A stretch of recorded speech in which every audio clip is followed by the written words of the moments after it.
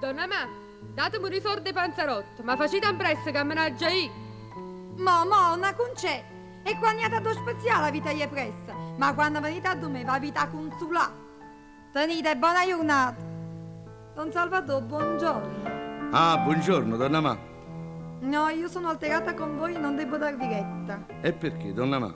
Forse perché non compro i vostri panzarotti e le vostre paste cresciute.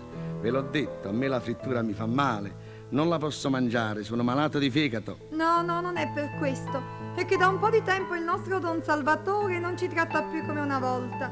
Prima donna Malia di qua, donna Malia di là. Pareva che Don Salvatore un mommo si squagliava. E qualche volta si scordava pure del mal di fegato. Ma lo sapete che mi avete promesso una poesia? Vi sbagliate, donna Malia. Mi accusate ingiustamente, perché io la poesia ve l'ho fatta. Ah, sì?